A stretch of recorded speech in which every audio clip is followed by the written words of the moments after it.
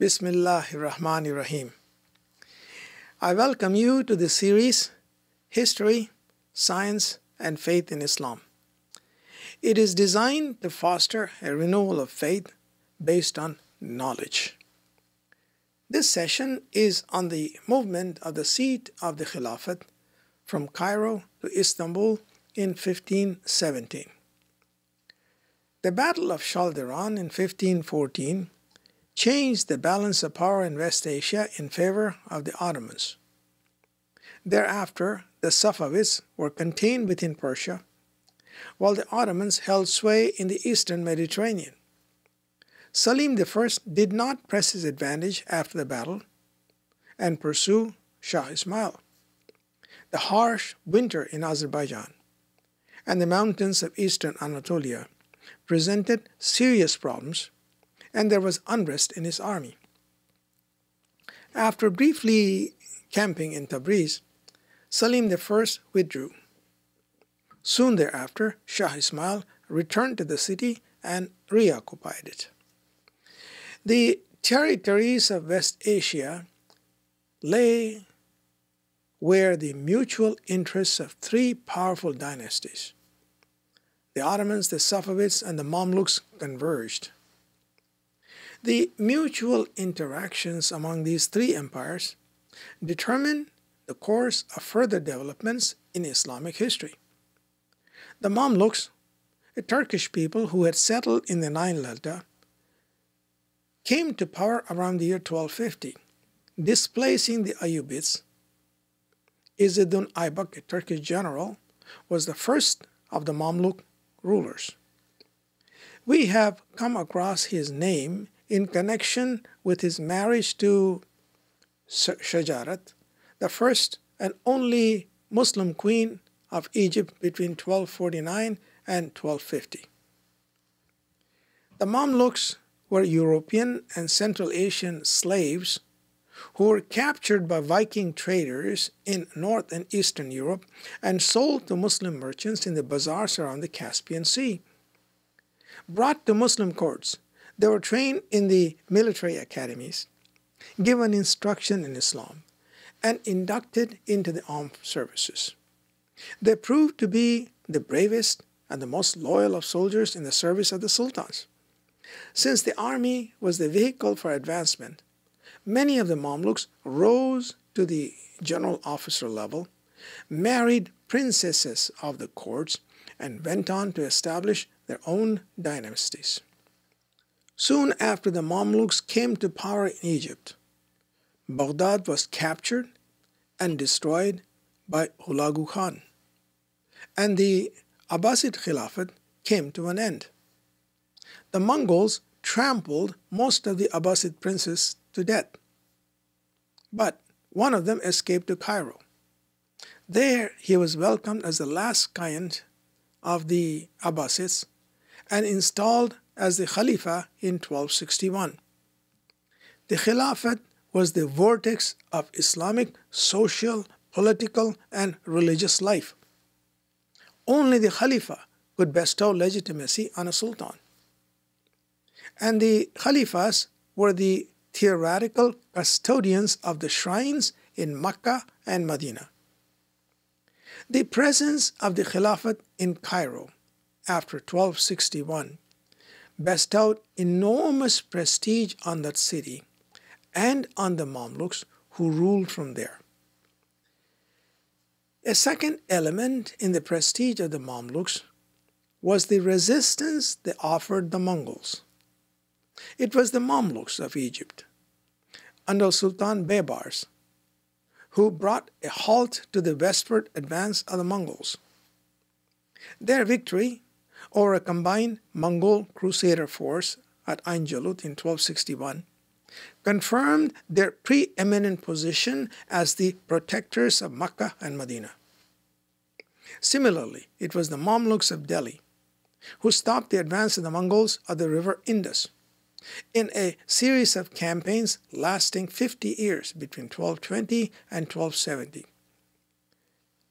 By the year 1515, the Mamluks had been in power in Cairo for over 250 years.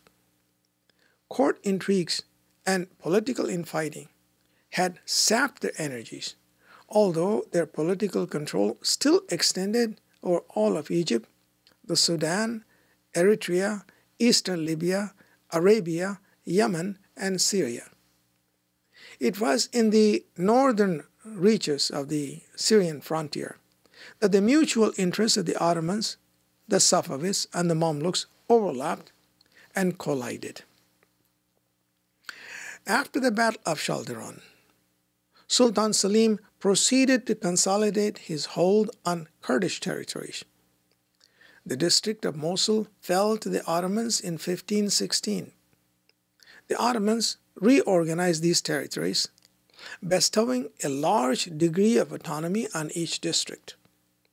This was most welcome to the Kurds, who had chafed under the autocratic rule of the Akkuyunlus.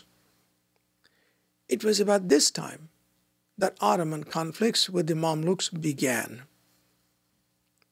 During his march to Persia, Sultan Selim had requested Alauddin, Mamluk governor in northern Syria, to refrain from giving aid to the Qazilbash, who were harassing the advancing Ottoman contingents.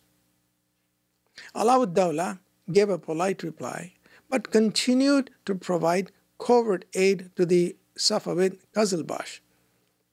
The Mamluk Sultan Kansuh had hoped that the Safavids would triumph over the Ottomans at the Battle of Chaldiran and had instructed Alauddin to assess the Persians. Unfortunately for the Mamluks, the outcome was the opposite. After his decisive victory at Chaldiran, Selim turned his attention to northern Syria. Alauddin was captured and slain. Even at this late stage, neither the Ottomans nor the Mamluks wanted a final showdown. Envoys were exchanged and messages sent. Political maneuvers and military posturing continued. Kansuh hoped that a show of force on the frontier would deter any further Ottoman advance, since Selim was still concerned about a Safavid attack to his rear. He ordered his forces to begin a campaign on the frontier, and he himself advanced towards Syria in April 1516. The Mamluks were in a difficult economic and political position. The Portuguese, who sailed around the coast of Africa in 1496, had, by the year 1515, devastated the Muslim trading centers in East Africa, occupied Goa in India, Hormuz in Persia, and the Straits of Malacca in Malaysia. The profitable spice trade, which had previously flowed through Cairo, was now in the hands of the Portuguese. With the loss of the eastern trade, revenues decreased and Egypt was in dire financial straits. To contain the Portuguese, the Mamluks had commenced naval activity in the Red Sea and further out into the Arabian Sea, which caused a further drain on the treasury. When Kansuh advanced towards Syria, so concerned was he about the remaining state treasury that he took it with him and had it buried in Aleppo. The financial condition of Egypt was not unknown to Sultan Selim, who was undeterred by the Mamluk military posturing. The two dynasties now moved towards a military coalition. More envoys were exchanged seeking to avoid a confrontation, but it was too late. Selim moved through Konya, reinforced his troops with contingents from Kurdistan, Rumelia, and Trebizond. The two armies met at Marjdabik on the outskirts of Aleppo in August 1516.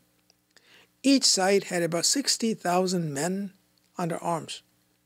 The battle was joined in the classical pattern with the center, left flanks, and right flanks facing each other.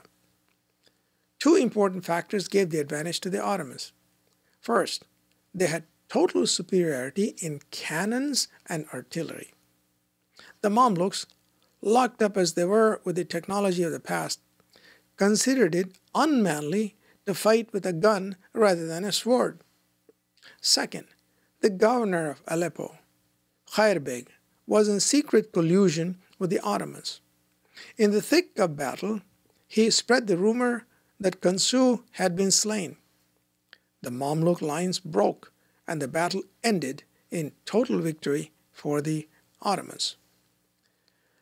Sultan Salim now pressed his advantage. Advancing deeper into Syria, he occupied Damascus and Palestine. Word was sent to Tuman Bey, son of Kansu, who had ascended the throne of Egypt, to submit to the rule of Istanbul. When the answer was negative, the Ottomans advanced towards the Mamluk capital. The Battle of Cairo was joined towards the end of January 1517. Tuman Bey and the Mamluks fought desperately, but were finally overcome. Tuman Bey himself was captured and was executed in Cairo the following April. The conquest of Egypt meant that the Ottoman Empire now included Syria, Egypt, the Sudan, and Arabia, in addition to all of Anatolia and southeastern Europe. It had become the preeminent land power in Eurasia. Most important, the Ottomans controlled the cities of Mecca and Medina and were considered the custodians of the two cities throughout the Islamic world. To sanctify this newfound position, Sultan Salim had the last of the Abbasid Khalifas brought to Istanbul, where he was made to abdicate the title of Khalifa in favor of Salim. Thus, in the year 1517, the Khilafat, that singular pole around which Islamic history revolves, moved from Cairo to Istanbul.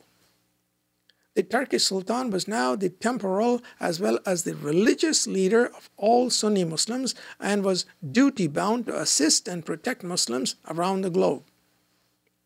The Ottoman sultans discharged this responsibility for 400 years until modern times with exceptional devotion, zeal, and dedication, often at a great sacrifice to the Turks themselves.